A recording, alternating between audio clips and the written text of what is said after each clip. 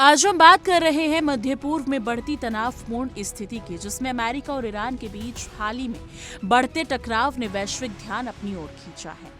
अमेरिकी रक्षा मंत्रालय पेंटागन अब ईरान पर दबाव बढ़ाने के लिए दूसरा विमान वाहक पोत तैनात करने की योजना बना रहा है। इस पोत का नाम है USS जॉर्ज H.W. बुश, जो फिलहाल वर्जीनिया तट पर प्रशिक्षण अभ्यास में व्यस्त है। योजना के अनुसार इसके ईस्ट कोस्ट से मध्य एशिया की ओर रवाना किया जाएगा, ताकि ये पहले से तैनात पोतों USS Harry S Trueman, USL यानी कि अगर देखा जाए तो USS कार्ल विसोन और USS अब्राहम लिंकन के साथ खड़ा दिख सके।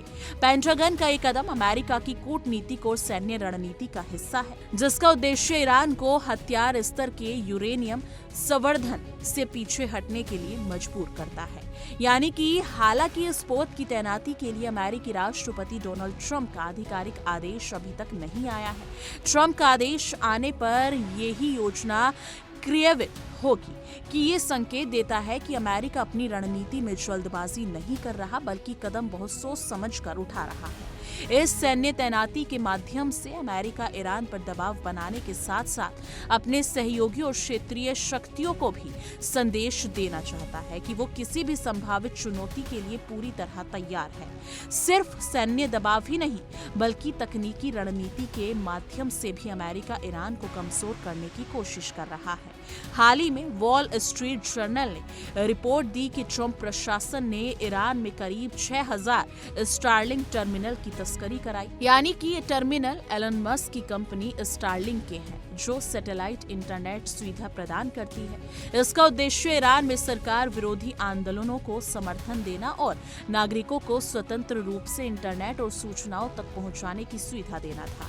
ये स्पष्ट संकेत है कि अमेरिका ने ईरान पर मनोवैज्ञानिक दबाव बनाने के लिए नई तकनीक का इस्तेमाल शुरू कर दिया है। इसके अलावा अमेरिका ने सीरिया में स्थित अपने रणनीतिक सैन्य अड्डों को भी खाली कर दिया है और इसे सीरियाई सेना ने हवाले कर दिया गया है। ये अड्डा अल तनफ छावनी है, जो सीरिया, जॉर्डन और इराक की द्वीपीय सीमा पर स्थित है। 2014 में इस छावनी को इस्लामिक स्टेट के आतंकवादियों के खिलाफ अमेरिकी नेतृत्व वाले गठबंधन के अभियानों के लिए स्थापित किया गया था।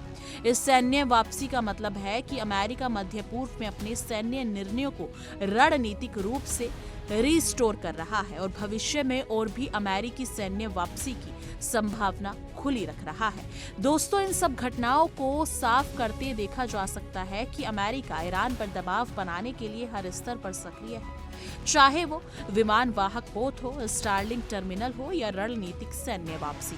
इसका असर न केवल ईरान पर पड़ेगा, बल्कि पूरे मध्य पूर्व और वैश्विक राजनीति पर भी दिखाई देगा। तेल की कीमतें, वैश्विक ऊर्जा आपूर्ति, क्षेत्रीय स्थिरता और सुरक्षा ऑल पर इसका गहरा असर हो सकता है।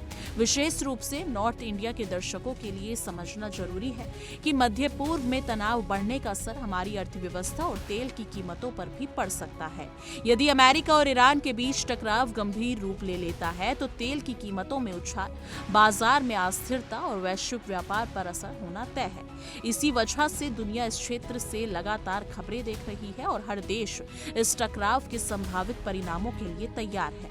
लेकिन आखिर में ये सवाल बाकी है कि क्या अमेरिका की ये सैन्य और तकनीकी चालें ईरान को दबाव में रख पाएंगी या फिर इससे क्षेत्रीय तनाव और बढ़ेगा। ट्रंप प्रशासन की अगली चाल और ईरान की जवाबी रणनीति पूरी दुनिया के लिए महत्वपूर्ण साबित हो सकती है। इसी बीच आम नागरिक, निवेशक और क्षेत्रीय शक्तियां सभी इस गतिशील स्थिति को लेकर सतर्क हैं। तो दोस्तों, आप क्या सोचते हैं कि अमेरिका की ये रणनीति ईरान को पीछे हटने पर मजबूर करेगी या फिर क्षेत्रीय संघर्ष और गहरा जाएगा? आपकी इस मुद्दे पर क्या कुछ राय है? कमेंट सेक्शन में अपनी राय जरूर साझा कीजिएगा। देखिए इंडिया डेली 24/7 अब आपकी स्मार्ट टीवी पर। इंडिया डेली मौजूद है सभी डिजिटल प्लेटफॉर्म पर लाइव और लगातार। इंडिया डेली 24/7 हर दिन राष्ट्र को समर्पित।